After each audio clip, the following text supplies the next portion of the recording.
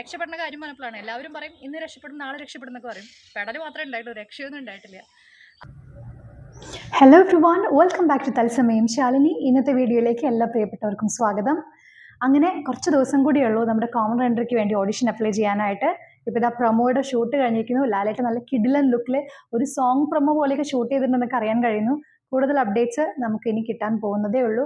എന്തെങ്കിലുമൊക്കെ നമുക്ക് അറിയാൻ ആഗ്രഹിക്കുന്ന തരത്തിലുള്ള ഇൻഫർമേഷൻ കിട്ടുകയാണെങ്കിൽ ഷെയർ ചെയ്യാം.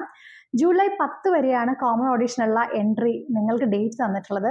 ഇപ്പോൾ ഡയറക്റ്റ് നിങ്ങൾക്ക് തന്നെ video self introduction profile upload ചെയ്യുക എന്നുള്ളൊരു സാഹചര്യത്തിൽ ഇതുവരെ മൈജി ഫ്യൂച്ചർ സെൻറ്ററിൽ പോയി എടുക്കാൻ പറ്റിയില്ല എന്നോർത്ത് വിചാരിക്കുന്നവരും, അല്ലെങ്കിൽ ഇനിയിപ്പോൾ എങ്ങനെ ഇൻട്രോ പറയും എന്ന് ആലോചിച്ച് നമ്മുടെ ഇൻട്രോ എടുക്കുന്നത് പിന്നീടേക്ക് മാറ്റി വെച്ച എന്ന ഷോയിൽ പോകാൻ ആഗ്രഹമുണ്ട് എന്നുള്ളവർക്ക് വേണ്ടിയിട്ടുള്ളതാണ് ഈ വീഡിയോ.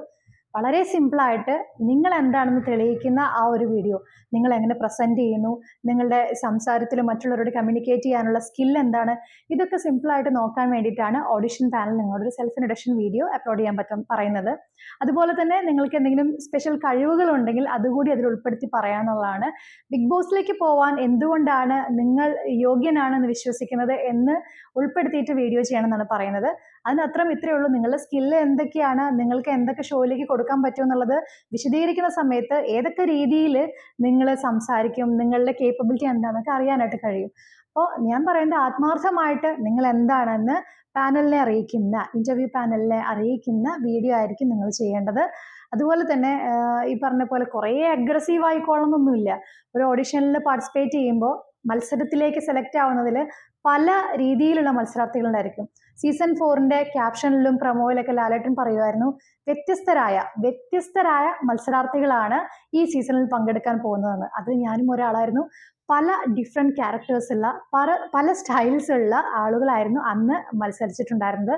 അതുപോലെ തന്നെ നിങ്ങൾ നന്നായി സംസാരിക്കുന്ന വ്യക്തിയായിരിക്കാം, നിങ്ങൾ ഇൻട്രോവേർട്ട് ആയിരിക്കാം, അല്ലെങ്കിൽ നിങ്ങൾക്ക് സ്റ്റാർട്ടിങ്ങിൽ കുറച്ച് ട്രബിൾ ഉണ്ടായിരിക്കും, എങ്കിലും നിങ്ങൾ ദി ബെസ്റ്റ് ആയിരിക്കാം ഏതെങ്കിലും ഒരു കാര്യത്തിന്. അപ്പോൾ അങ്ങനെയുള്ളവരെ കൂടി ഷോയിൽ ഉൾപ്പെടുത്തുമെന്നുള്ളതാണ്.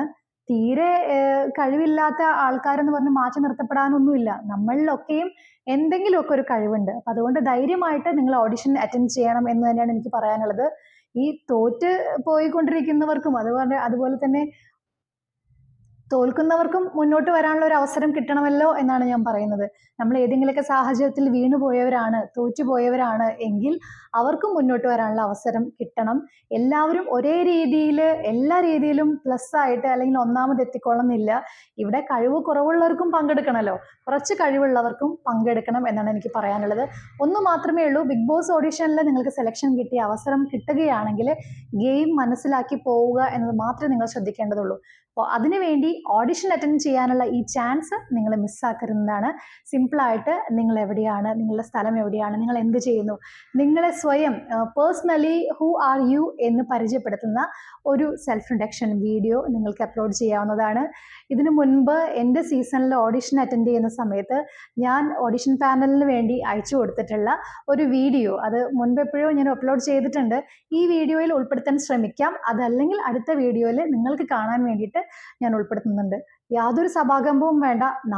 നമ്മളെ ഷൂട്ട് ചെയ്യുന്ന ക്യാമറ അല്ലെങ്കിൽ മൊബൈൽ ഫോണും മാത്രമേ നമ്മളെ കാണുന്നുള്ളൂ. അങ്ങനെ ഒരു സാഹചര്യത്തിൽ മറ്റുള്ള ഡിസ്ട്രാക്ഷൻസ് ഒന്നും ഇല്ലാത്തൊരു സ്ഥലത്ത് സിമ്പിളായിട്ട് നിങ്ങൾ സംസാരിക്കുക, വളരെ ക്ലിയർ ആയിട്ട് നിങ്ങൾ സംസാരിക്കുക. ഇനിയിപ്പോൾ ഏഷ്യാനെറ്റിൻ്റെ സ്റ്റുഡിയോയിൽ നേരിട്ട് ഓഡിഷന് പോയി ഷോപ്പിംഗ് മാളുകളിൽ, ലുലുമാൾ പോലെയുള്ള മാളുകളിൽ ബാനർ പിടിച്ച് നടന്ന റമീസിനെ വരെ എനിക്ക് ഇപ്പോഴും ഓർമ്മയുണ്ട്. കോമൺ എൻട്രിക്ക് വേണ്ടി ട്രൈ ചെയ്ത് 18 വയസ്സുള്ള ഒരു കുട്ടി തത്സമയം ശാലിനിയുടെ പേരിൽ എനിക്ക് കത്ത് അയച്ചിട്ടുണ്ടായിരുന്നു. 2 വർഷം മുമ്പ് ഞാൻ ആ വീഡിയോ നമ്മുടെ ചാനലിൽ അപ്ലോഡ് ചെയ്തിട്ടുണ്ട്, സെർച്ച് ചെയ്ത് കഴിഞ്ഞാൽ കാണാം. അപ്പോൾ അങ്ങനെ ഒരുപാട് പേർക്കുള്ള ഒരു അവസരമാണ് ഈ ബിഗ് ബോസിൽ കോമൺ എൻട്രി തന്നിട്ടുള്ളത്. അത്രയും പേർക്ക് ശ്രമിക്കാമെങ്കിൽ നിങ്ങൾക്ക് തീർച്ചയായിട്ടും ശ്രമിക്കാം. ഒരിക്കലും മാറി നിൽക്കേണ്ട. എൻ്റെ അനുഭവം ഞാൻ എങ്ങനെയാണ് അപ്ലൈ ചെയ്തതെന്ന് നിങ്ങളോട് ഷെയർ ചെയ്യാനായിട്ട് ആഗ്രഹിക്കുകയാണ്. സെക്കൻഡ് ലെവൽ ഓഫ് ഓഡിഷൻസും കാര്യങ്ങളൊക്കെ വരുമ്പോൾ ചെറിയ ടിപ്സൊക്കെ ഞാൻ നിങ്ങൾക്ക് പങ്കുവയ്ക്കാം. ഇപ്പോൾ നിങ്ങൾ പ്രസൻറ്റബിൾ ആയിട്ട് സംസാരിക്കേണ്ടത് ഏത് രീതിയിലാണെന്ന് ഒരു സാധാരണക്കാരി, യാതൊരു ഫെയിമും ഇല്ലാതെ, യാതൊരു ചാനൽ കൂടിയും പ്രസിദ്ധി കിട്ടാതെ സിമ്പിളായിട്ട് ചെറിയ ആങ്കറിങ് ജോബ്സ് മാത്രം ചെയ്തുകൊണ്ടിരുന്ന ഒരാൾക്ക് ബിഗ് ബോസിൻ്റെ വേദി വരെ എത്താമെങ്കിൽ നിങ്ങൾക്കും സാധിക്കും എന്നുള്ളതാണ്. എൻ്റെ ആദ്യത്തെ ജോലി ഒരു സിമൻറ്റ് ഷോപ്പിൽ ടെലികോളറായിട്ടായിരുന്നു. അവിടെ നിന്നാണ് പല ജോലികളിലേക്കും മാറിയതും പല അവസരങ്ങൾ തേടിപ്പോയതും. Every day is a new chance എന്നാണ്. അപ്പോൾ അതുകൊണ്ട് നിങ്ങൾ തീർച്ചയായിട്ടും ശ്രമിക്കുക. എൻ്റെ എക്സ്പീരിയൻസ് ഞാൻ നിങ്ങളോട് ഉറപ്പായിട്ടും ഷെയർ ചെയ്യുന്നുണ്ട്. മുന്നോട്ട് നിങ്ങൾക്കും അത് പ്രചോദനമാവട്ടെ. മറ്റുള്ള എല്ലാ രീതികളും നിങ്ങൾക്ക് ട്രൈ ചെയ്യാവുന്നതാണ്. ഇതും പരീക്ഷിച്ച് നോക്കുക. Thank you so much. Hi dear all, ഞാൻ ശാലിനി. എൻ്റെ വീട് തൃശ്ശൂർ ജില്ലയിലെ കുന്നംകുളടുത്താണ്. ഈ പുറകിൽ കാണാനാണ് എൻ്റെ വീട്. ഒരു 36 വർഷം പഴക്കമുണ്ട് എൻ്റെ വീടിന്. ഇത്രയും തന്നെ പഴക്കമുണ്ട് ഈ വീടിൻ്റെ ഉള്ളിലുള്ള ആൾക്കാരുടെ സ്വപ്നങ്ങൾക്കും. ആ കുഞ്ഞു കുഞ്ഞു സ്വപ്നങ്ങൾ മുന്നോട്ട് മുറുകെ പിടിച്ചാണ് എൻ്റെ യാത്രയും. എൻ്റെ വീട്ടിൽ അച്ഛനുണ്ട്, അമ്മയുണ്ട്, എനിക്കൊരു അനിയനാണുള്ളത്. ഞാനാണ് മൂത്ത മകൾ. എന്നെ ഇങ്ങനെ മൂത്തിങ്ങനെ കൊണ്ടുവരാൻ വേണ്ടി എൻ്റെ അച്ഛൻ ഇത്ര വർഷക്കാലമായിട്ട് ഓട്ടോറിക്ഷ ഓടിക്കായിരുന്നു. പണ്ടൊക്കെ ഓട്ടോ സ്വന്തമായിരുന്നില്ല. സ്വന്തം വണ്ടി അല്ലാത്ത സമയത്ത് 100 രൂപയ്ക്കൊക്കെ ഓടിയാൽ അച്ഛന് 25 രൂപയ്ക്കാണ് കിട്ടിയിരുന്നത്. ആ കഷ്ടപ്പാടും ദുരിതമൊക്കെ അറിഞ്ഞു വളർന്ന മകളാണ്. അപ്പം അതുകൊണ്ട് തന്നെ അവർക്ക് ചെയ്യാൻ പറ്റാതെ പോയ, അവർ എക്സ്പീരിയൻസ് ചെയ്യണമെന്ന് ആഗ്രഹിച്ചു പോയ ആ ലൈഫെല്ലാം അവർക്കൊന്ന് കാണിച്ചു കൊടുക്കണം. അവരുടെ സ്വപ്നത്തിലേക്ക് ഒരു കൈ പിടിച്ച് എനിക്ക് മുന്നോട്ട് കൊണ്ടുപോകണം എന്നൊക്കെ ആഗ്രഹിക്കുന്ന ഒരു കുട്ടിയായിട്ട് ഞാൻ വളർന്നത്. പക്ഷേ ഞങ്ങളുടെ സിറ്റുവേഷൻ അനുസരിച്ച് വളർന്നു വലുതായപ്പോൾ ജോലിയും കാര്യങ്ങളും എല്ലാം ഒരു ബുദ്ധിമുട്ടായി വന്നപ്പോൾ ഒട്ടും പതറാതെ ഒരു ടെക്സ്റ്റൈൽ ഷോപ്പിൻ്റെ കസ്റ്റമർ കെയറുകളായിട്ട് ഞാൻ പോകാനുണ്ടായത്. അങ്ങനെ ഒരു വെൽക്കം ഗേളായി അവിടെ നിന്നാണ് ഞാൻ ആങ്കറിങ്ങിലേക്ക് വന്നത്. സംസാരിക്കാനുള്ള ഒരു കഴിവുകൊണ്ട് ആങ്കറിങ് ആൻഡ് പ്രൊഫഷൻ 6 ഇയേഴ്സായിട്ട് ഞാൻ വർക്ക് ചെയ്യുന്നു. റെഡ് കാർപ്പറ്റ് MC ആയിട്ടും പല ചാനൽസിനും പ്രൊമോട്ടറായിട്ടും ഞാൻ വർക്ക് ചെയ്യുന്നു. പിന്നെ എൻ്റെ വീട്ടുകാർക്കുള്ള ആ ഒരു സ്വപ്നം പോലെ തന്നെ ഞങ്ങളുടെ നാട്ടിലേക്ക് ഒരു 6 മണിക്ക് വിളക്ക് വെച്ച് കഴിഞ്ഞാൽ അതിൻ്റെ ഉള്ളിൽ വന്ന് വീട്ടിൽ കയറണം. അങ്ങനത്തെ ഒരു സാഹചര്യത്തിലാണ് ഞാനുള്ളത്. അപ്പോൾ ഇവിടെ നിന്നും സ്വന്തമായി ജോലി അന്വേഷിച്ച് പോയി ഈ ഒരു നിലയിലെത്തിയെങ്കിൽ, ഇവിടെ വരെയെങ്കിലും എത്തിയെങ്കിൽ ഞാൻ അതിന് വേണ്ടിയിട്ട് നല്ല എഫേർട്ട് എടുത്തിട്ടുണ്ട്. അത് മുന്നോട്ടും ഞങ്ങൾ രക്ഷപ്പെട്ടാൽ മറ്റുള്ളവർക്കും ഒരു സഹായമാവണം എന്നുള്ള രീതിയിൽ തന്നെ ഞാൻ കഷ്ടപ്പെട്ട് വന്ന വഴികളിൽ കൂടെ വരുന്ന ഏതെങ്കിലും കുട്ടികളുണ്ടെങ്കിൽ എന്നാൽ കഴിയുന്ന ഹെൽപ്പ് അവർക്ക് ചെയ്തു കൊടുക്കണം എന്നുള്ളൊരു മനസ്സ് കൂടി എനിക്കുണ്ട്. രക്ഷപ്പെടുന്ന കാര്യം പറഞ്ഞപ്പോഴാണ് എല്ലാവരും പറയും ഇന്ന് രക്ഷപ്പെടും നാളെ രക്ഷപ്പെടും എന്നൊക്കെ പറയും. പെടൽ മാത്രമേ ഉണ്ടായിട്ടുള്ളൂ, രക്ഷയൊന്നും ഉണ്ടായിട്ടില്ല. അതുപോലെ തന്നെ എനിക്ക് ഒരു 10-17 വയസ്സ് മുതൽ ഒരുപാട് സ്വപ്നങ്ങൾ കൂട്ടി വെച്ചിട്ടുള്ള ഒരാളാണ് ഞാൻ.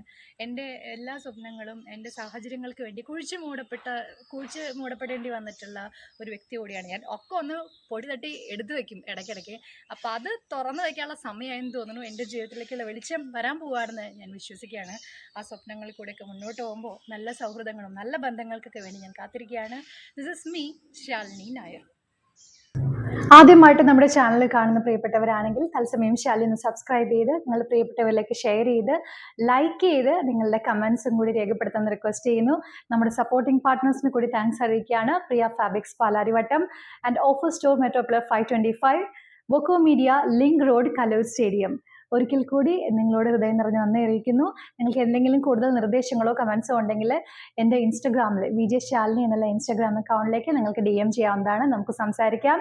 തുടർച്ചയായിട്ടും തത്സമയം ശാലിനിയെ സപ്പോർട്ട് ചെയ്യുക. മറ്റ് വീഡിയോസും വിശേഷങ്ങളുമായിട്ട് നമുക്ക് വീണ്ടും കാണാം. Till then this is me, VJ Shalini, signing off. By.